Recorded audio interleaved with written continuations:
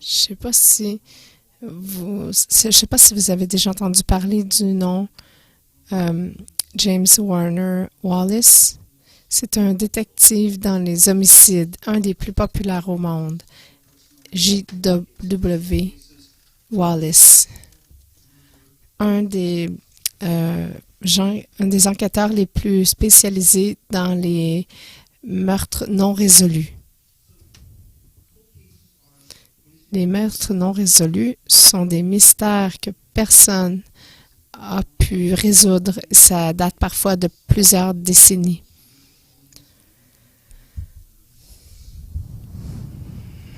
Alors, il est connu mondialement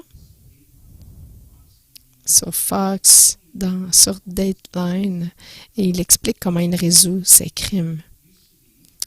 Lui, M. Wallace était un athéiste, un athée avant. Et un jour, il s'est mis à utiliser ses talents d'investigateur pour résoudre le mystère de la mort et résurrection de Jésus. Une analyse forensique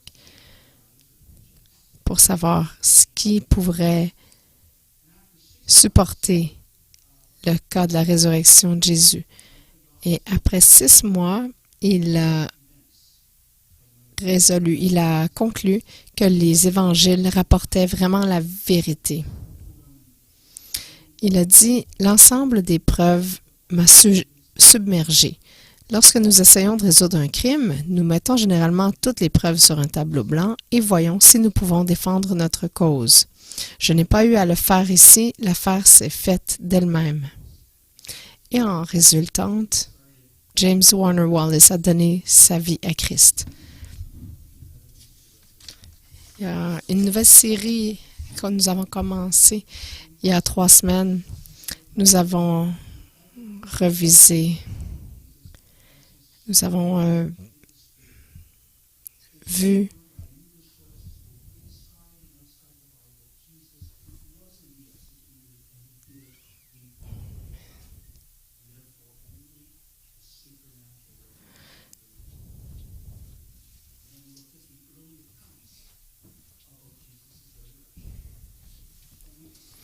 Alors, nous avons vu en premier l'exécution de Jésus.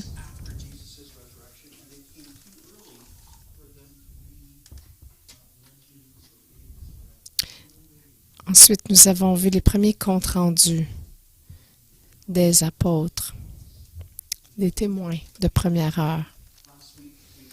La semaine dernière, nous avons regardé aux preuves. Et nous avons découvert que même les opposants de Jésus ont dû se rendre à l'évidence que la tombe était en fait vide. Il y a quelque chose qui est arrivé. Aujourd'hui, je veux regarder au dernier élément qui est le rapport de témoins oculaires. Alors, lorsque on étudie l'histoire ancienne, les gens se considèrent très bienheureux lorsqu'ils peuvent avoir 1 ou 2 sources historiques qui peuvent confirmer un fait. Pour l'épreuve de la résurrection, il y a 9 sources minimum qui supportent les rapports compte rendus des témoins oculaires. Alors, on n'en a pas 1 ou 2, on en a 9, des sources de preuves.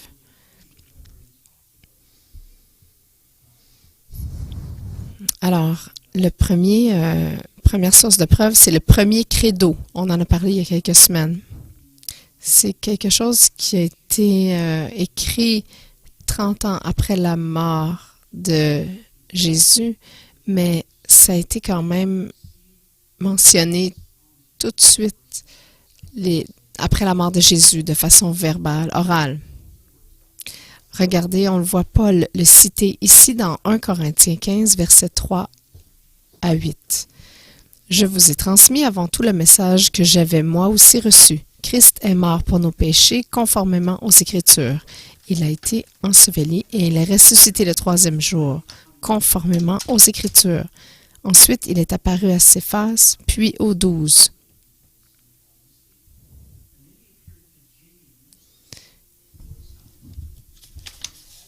Après cela, il est apparu à plus de 500 frères au même moment, dont la plupart sont encore en vie, même si certains se sont endormis. Puis il est apparu à Jacques, puis à tous les apôtres. Enfin, il m'est aussi apparu quant à l'un d'eux, anormalement né.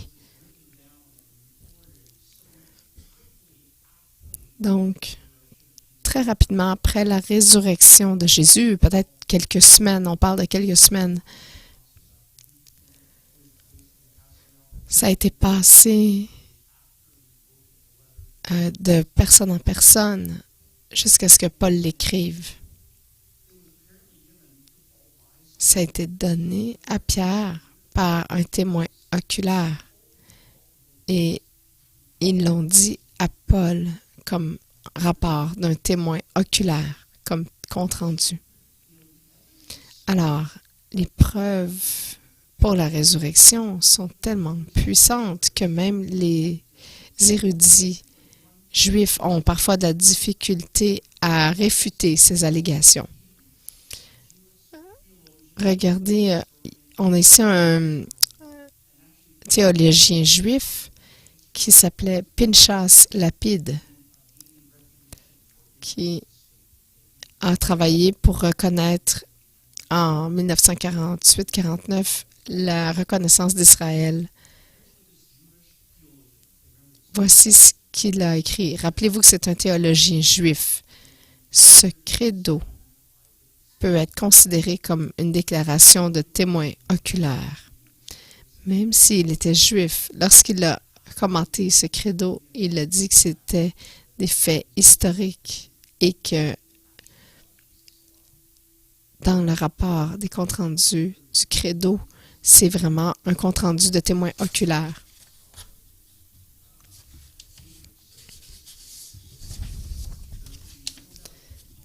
Il y a Richard Bauckham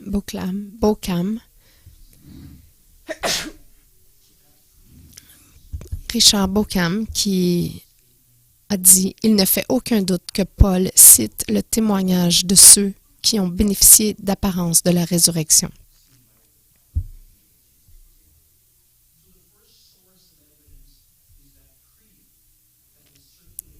Les apparitions de la résurrection.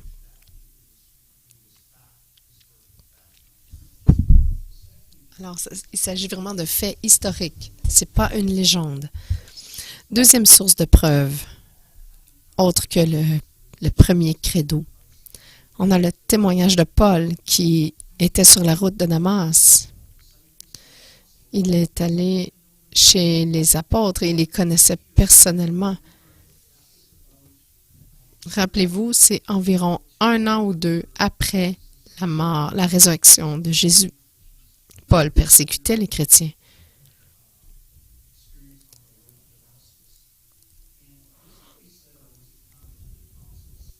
Voici ce qu'il a dit dans Actes 9, 26 et 27. Arrivé à Jérusalem, Saül essaya de se joindre aux disciples, mais tous avaient peur de lui car ils ne croyaient pas qu'il était un disciple. Alors Barnabas le prit avec lui, le conduisit vers les apôtres et leur raconta comment, sur le chemin, Saül avait vu le Seigneur et qui lui avait parlé, et avec quelle assurance il avait prêché à Damas au nom de Jésus.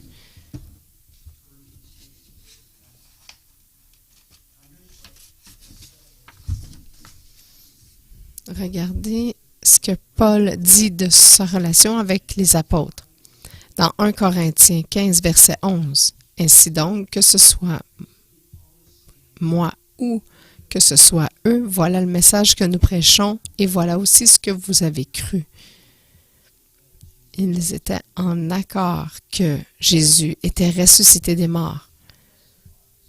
Paul témoigne et en plus il est d'accord que Jésus s'est ressuscité des morts. Il a parlé avec les témoins oculaires directs, les apôtres, et il a prêché la même chose qu'eux, suite à sa propre rencontre personnelle avec le Christ ressuscité. Troisième source de preuve, le livre des Actes. Déclaration de Pierre.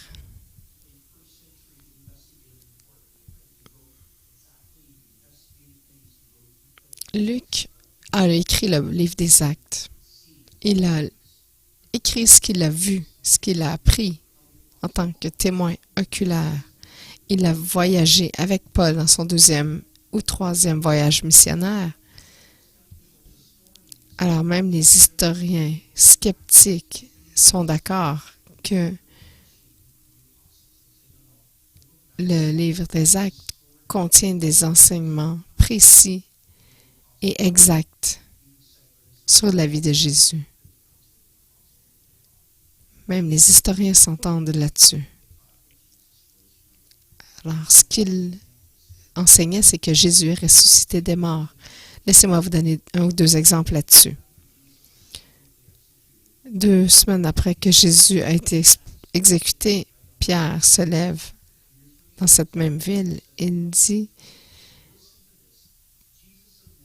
dans Acte 2, 22, on voit le rapport de ce qu'il dit. Israélites, écoutez ces paroles. Dieu vous a désigné Jésus de Nazareth, en accomplissant par lui au milieu de vous des miracles, des prodiges et des signes, comme vous le savez vous-même. Alors, vous avez entendu des rapports, vous avez été des témoins oculaires, vous connaissez la vérité avec laquelle nous parlons, de laquelle nous parlons. Alors, il dit dans Actes 2, 23 et 24, « Cet homme vous a été livré suivant le projet défini et la prescience de Dieu. Vous l'avez arrêté, vous l'avez fait mourir sur une croix par l'intermédiaire d'hommes impies. Mais Dieu a brisé les liens de la mort. Il l'a ressuscité parce qu'il n'était pas possible qu'elle le retienne. » Alors, Pierre dit, « Voilà, vous avez essayé de le laisser mort, mais il est ressuscité. » Il n'y a pas de question que Pierre, déclarant la résurrection, ne l'ait pas vu lui-même. Il a dit, Pierre aussi, dans Acte 2, 32, c'est ce Jésus que Dieu a ressuscité. Nous en sommes tous témoins. Il dit, nous ne faisons pas que vous donner des notions théoriques et de la théologie. Nous avons vu Jésus vivant. Nous avons eu la communion fraternelle avec lui.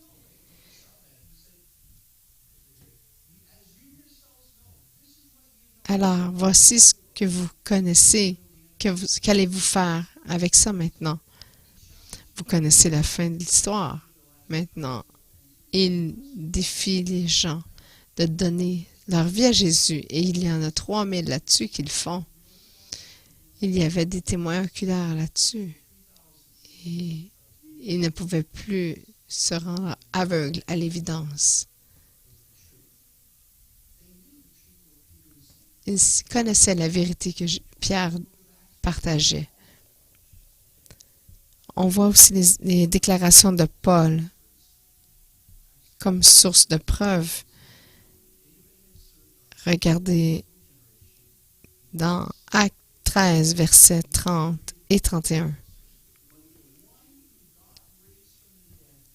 Mais Dieu l'a ressuscité. Il est apparu pendant plusieurs jours à ceux qui étaient montés avec lui de la Galilée à Jérusalem et qui sont maintenant ses témoins auprès du peuple.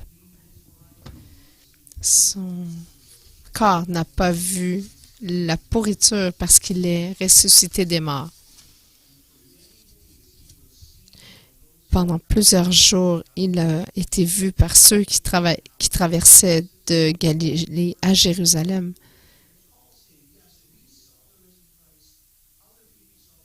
Paul le dit, j'ai vu le Christ ressuscité. D'autres personnes l'ont dit, nous avons vu le Christ ressuscité. Mais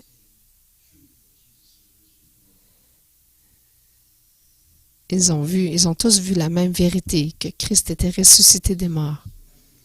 C'était une autre source d'évidence.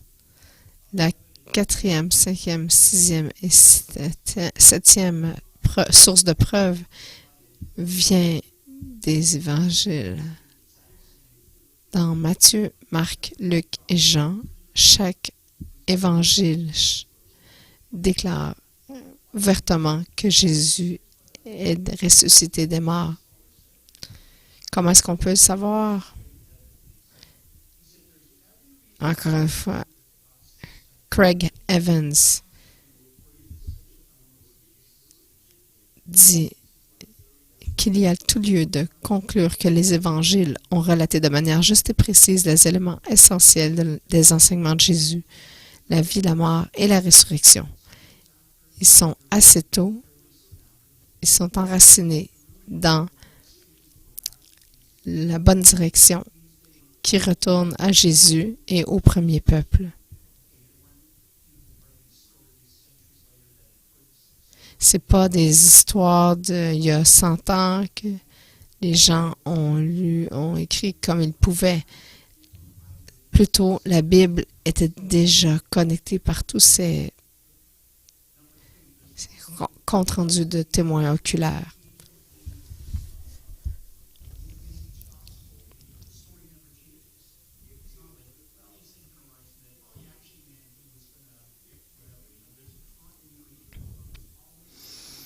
Il dit aussi qu'il y a continuité, il y a proximité, vérification des points clairement distincts avec l'archéologie et d'autres documents. Et il y a aussi la logique inhérente, interne.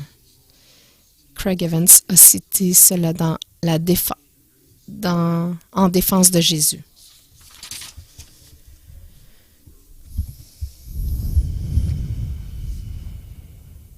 À chaque jour, à chaque année, on a des rapports qui prouvent, des recherches qui prouvent que toutes les preuves vont dans la même direction, qui prouvent la résurrection de Jésus, qui prouvent ce qui est réellement arrivé.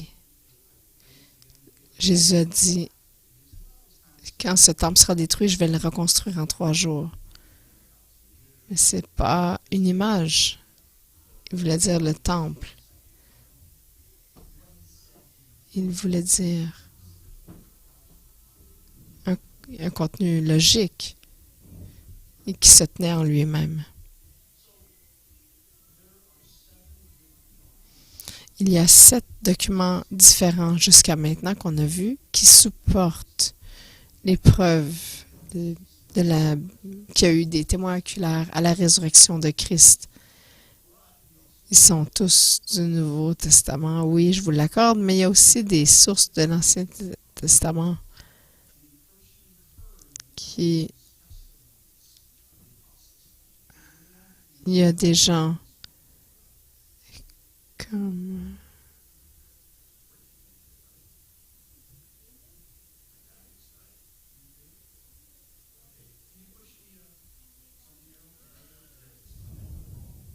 regardez la 8e source de preuve qui est Clément de Rome. Il a vécu de 35 à 99 ans après Jésus, après la mort de Jésus.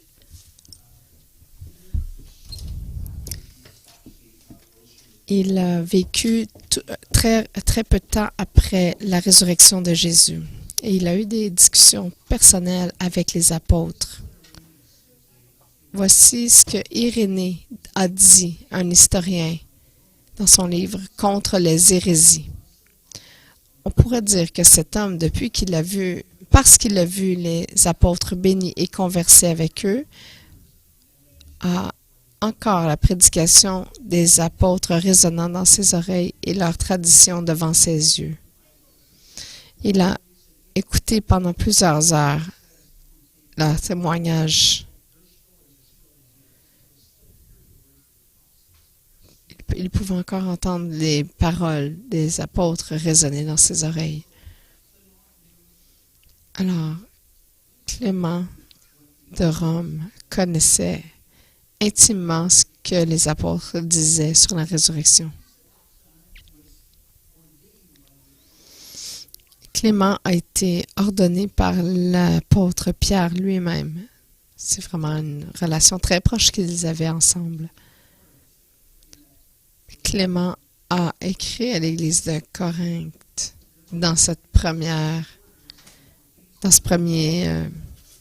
siècle. Regardez dans ce qu'il a dit, Clément de Rome, dans la lettre aux Corinthiens. Donc, ayant reçu des ordres et une certitude totale causée par la résurrection de notre Seigneur Jésus-Christ et croyant en la parole de Dieu, ils sont allés avec une certitude, la certitude du Saint-Esprit, prêchant la bonne nouvelle que le royaume de Dieu était sur le point d'arriver.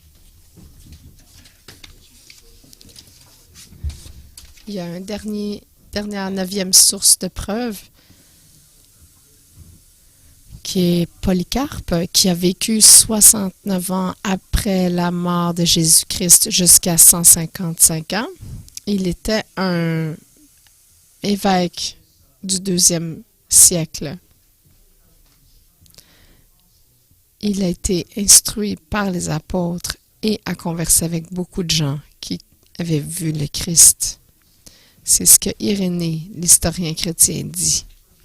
Alors, nous savons que Polycarpe était ami personnel des apôtres. Voici ce que Irénée a dit. Polycarpe a rappelé ces mots mêmes. Polycarpe a entendu les apôtres parler de la résurrection. Il a toujours redit, répété les mots qu'il avait entendus des apôtres. Alors, Polycarpe est lui aussi un témoin valide de la résurrection de Christ.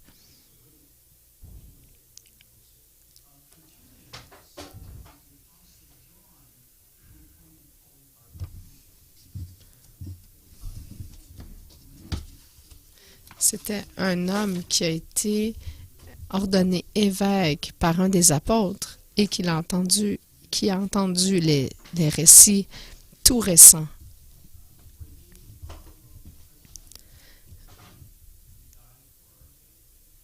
Il a toujours enseigné les choses qu'il avait apprises des apôtres, selon Irénée. Alors, Polycarpe a dit, car il n'avait pas l'amour de l'ange actuel, mais celui qui est mort, mais de celui qui est mort pour notre bien et pour notre amour, a été élevé par Dieu.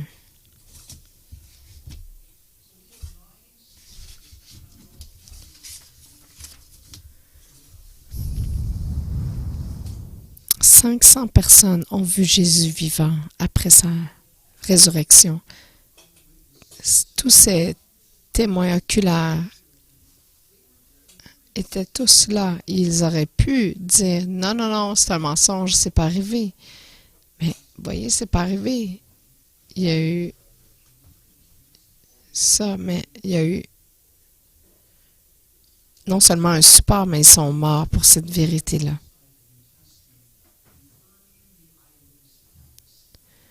Alors,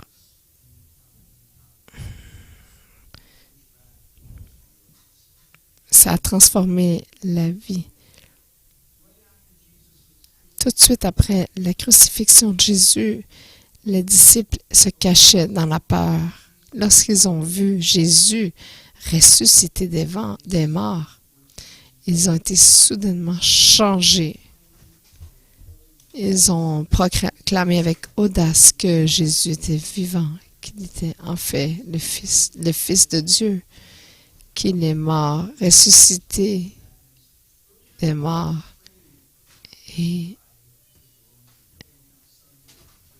ces chrétiens ont eu tout à coup tout ce courage pour mourir pour cette vérité.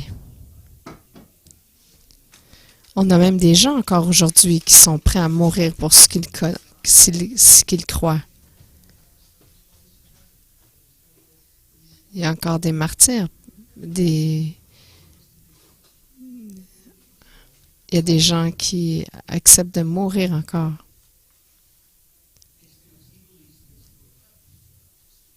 Il y a des religions qui enseignent que si tu meurs de façon martyre, tu vas aller au ciel. Mais personne n'avait ces assurances. Nous avons ici l'apôtre du premier siècle qui a eu des preuves concrètes, des rapports, des comptes rendus de témoins oculaires. Alors, ils ont vu le Christ ressuscité. C'est quelque chose de mourir pour quelque chose qui n'est pas vrai. Mais quand vous voyez Jésus ressuscité,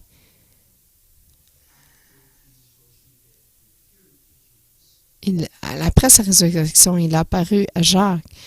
Et Jacques est devenu complètement transformé. Et il est devenu la tête d'une église à Jérusalem. Et il est mort pour ça.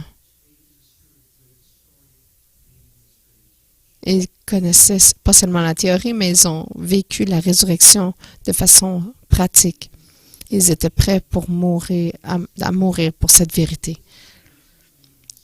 Max Davis, dans La folie de l'incrédulité, il a dit « Il faut plus de foi pour être athée que pour croire en Christ. »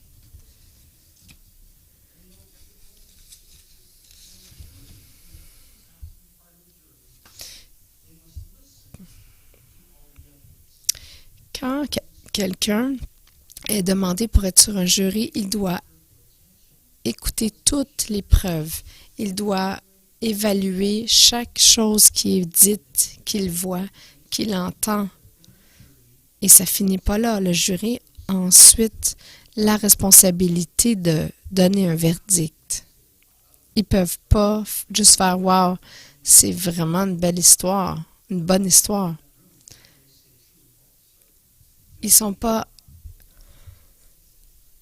Il n'aurait pas permis de sortir de la pièce avant d'atteindre un verdict de culpabilité ou non. Alors, je crois qu'aujourd'hui, la plupart des gens ici avec nous sont venus à une décision suite à la vérification des preuves. Vous avez appris dans cette série tous les premiers comptes rendus des témoins. Ils ont vu toutes les preuves des tombes vides et maintenant c'est à notre tour, si nous ne l'avons pas déjà fait, de donner un verdict, vrai ou faux. On ne peut pas juste aller et dire « Wow, bon message, Pasteur David. » Vous devez prendre une décision.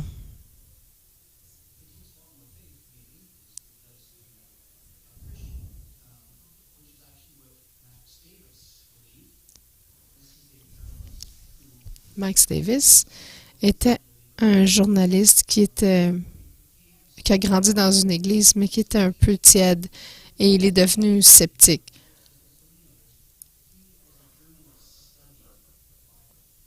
En tant que journaliste, il a étudié la Bible et il a écrit ce livre qui s'appelle « La folie de l'incrédulité ». Et c'est lui qui a dit « Il faut plus de foi pour être athée que pour croire en Christ ».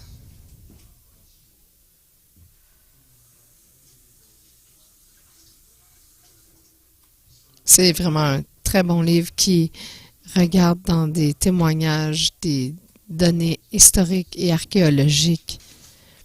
Et il met toutes les preuves dans ce livre. Son nom est Max Davis.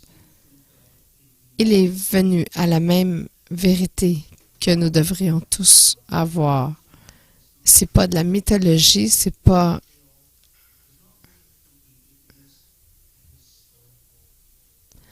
rien d'autre qu'une réalité historique. Alors, il y a 5 implications théorique et en fait pratique pour nous aujourd'hui.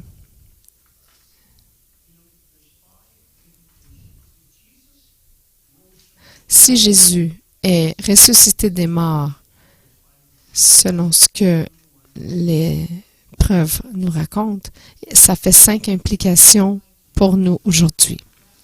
La première, Jésus est vivant aujourd'hui. Alors, ça implique que nous devons nous-mêmes, nous pouvons nous-mêmes avoir une rencontre personnelle avec lui et il nous ouvre la porte du ciel. Deuxième implication, Jésus mérite mon allégeance. Si en effet il est mon sauveur,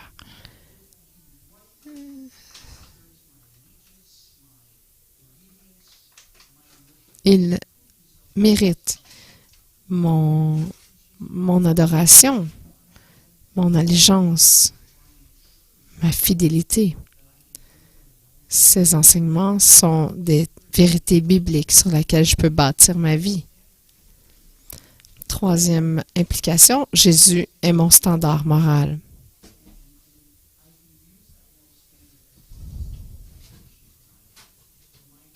Je peux utiliser ces enseignements pour mes décisions, mes choix.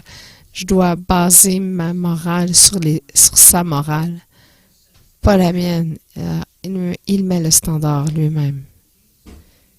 Quatrième chose, Jésus comprend ma douleur. Si quelqu'un peut comprendre la douleur, le rejet, l'abandonnement, la souffrance, la perte, c'est Jésus.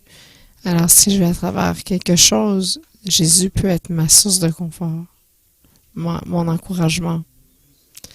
Il peut m'aider au milieu de mes épreuves.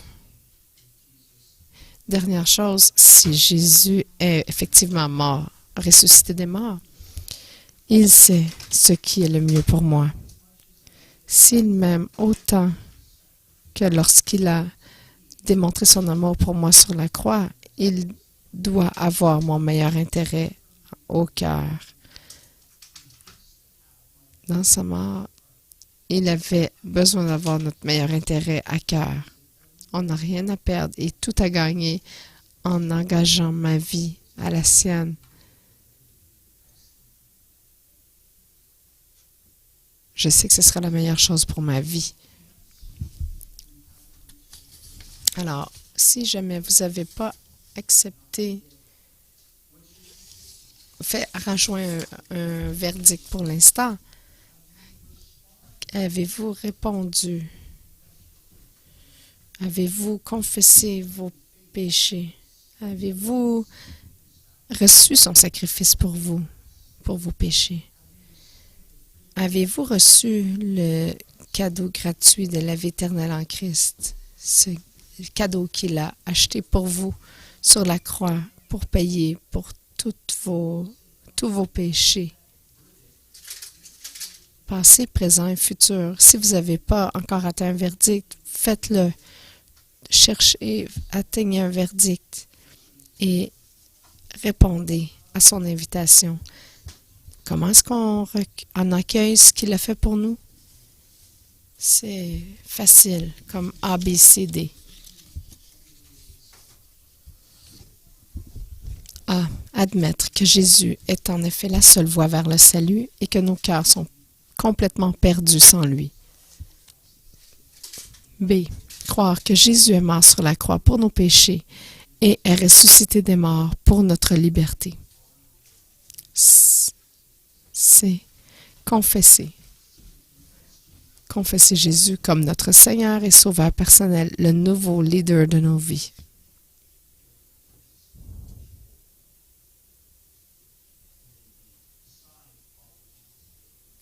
D. Décider de suivre Jésus tous les jours de ma vie et l'inviter à m'enseigner comment aimer. C'est comme ça qu'on répond au cadeau que Jésus nous a donné. J'ai une autre chose que je veux parler avec vous après. Père, je prie maintenant pour ceux qui n'ont jamais auparavant vérifié toutes les preuves et atteint un verdict. Seigneur, avec toutes les preuves, comment est-ce qu'on ne peut pas dire oui, tu es ressuscité des morts, Jésus? Alors, si jamais vous doutez encore, je vous invite à prier dans votre propre cœur. Mais venez me voir pour me dire que vous avez fait cette prière dans votre cœur. Vous pouvez dire, Jésus, je réalise que je suis perdu sans toi, que tu es la seule voie vers la liberté. Je te remercie d'être mort sur la croix pour moi, pour me sauver de la pénalité de mon péché. Merci d'être ressuscité des morts pour me libérer complètement. Je choisis de confesser mes péchés et de mettre ma confiance en toi, Seigneur Jésus, en tant que Seigneur et Sauveur. Je donne mon cœur complet, ma vie complète à toi, Jésus, et viens m'habiter par ton Esprit Saint afin que je puisse avoir ton aide, faire mon meilleur pour te suivre et te suivre chaque jour de ma vie. Je prie dans le nom de Jésus. Amen.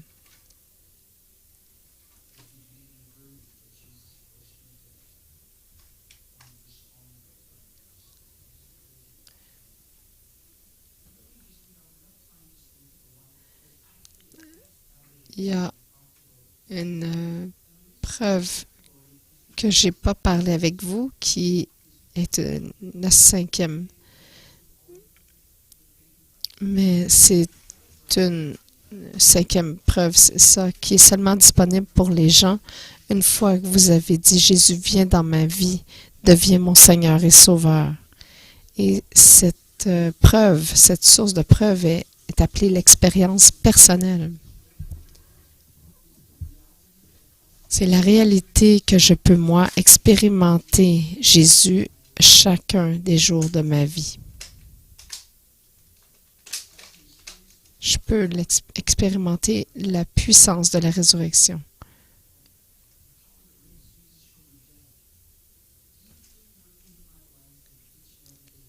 Ce qu'il fait en moi chaque jour dans ma vie puissamment. Mais ça se passe seulement lorsque je donne que je donne ma vie à Christ. Nous pouvons savoir, comme Paul dit, que nous sommes enfants de Dieu en recevant ce sacrifice que Jésus a payé pour nous. On peut expérimenter sa résurrection dans nos vies au quotidien. Levons-nous tous ensemble.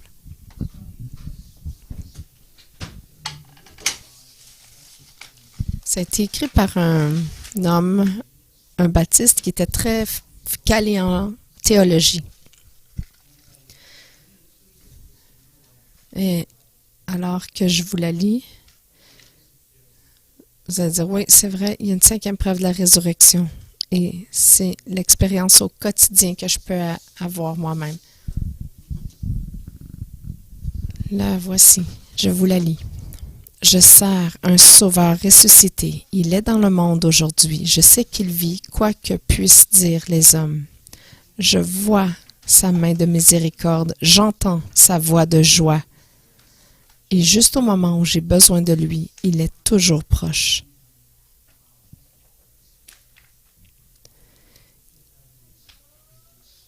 La 7e évidence, preuve, c'est le Christ ressuscité, l'expérience que nous pouvons en faire au quotidien. Regardez, ça se poursuit. Il vit, le Christ Jésus vit aujourd'hui. Il marche avec moi et parle avec moi le long du chemin étroit de la vie. Il vit, le salut a donné. Vous me demandez comment je sais qu'il vit? Il vit dans mon cœur. Jusqu'au dernier souffle de ma vie, je vais l'expérimenter pour chaque seconde jusqu'à l'éternité, incluant l'éternité. Il vit dans mon cœur. C'est écrit par Alfred Henry Ackley. La main sur le cœur, vous pouvez dire « Merci Seigneur Jésus d'être mort pour mes péchés. Merci pour avoir prouvé que tu es le seul Fils unique de Jésus, de Dieu qui est ressuscité. Merci Seigneur de nous d'avoir donné tellement de preuves que tu es en fait le Fils de Dieu et tu l'as prouvé à chaque jour. Lorsque nous nous sommes levés ce matin, tu nous as rencontrés. Alors que nous marchons dans cette journée, tu es avec nous. Lorsque nous allons nous mettre au lit ce soir, tu vas mettre ta paix sur nous. Lorsque nous faisons face à des épreuves, tu te tiens à nos côtés en nous donnant ta puissance. Merci Jésus de venir. Merci d'être mort. Merci d'avoir dit oui. Je suis tellement étonnée que ce que vous allez dire aujourd'hui, c'est Amen. Amen. C'est vrai. Viens encore lorsque tu seras prêt. Mais jusqu'à cette journée, nous célébrons cette expérience quotidienne de connaître le Christ ressuscité. Merci. Dans le nom de Jésus, le peuple de Dieu dit Amen.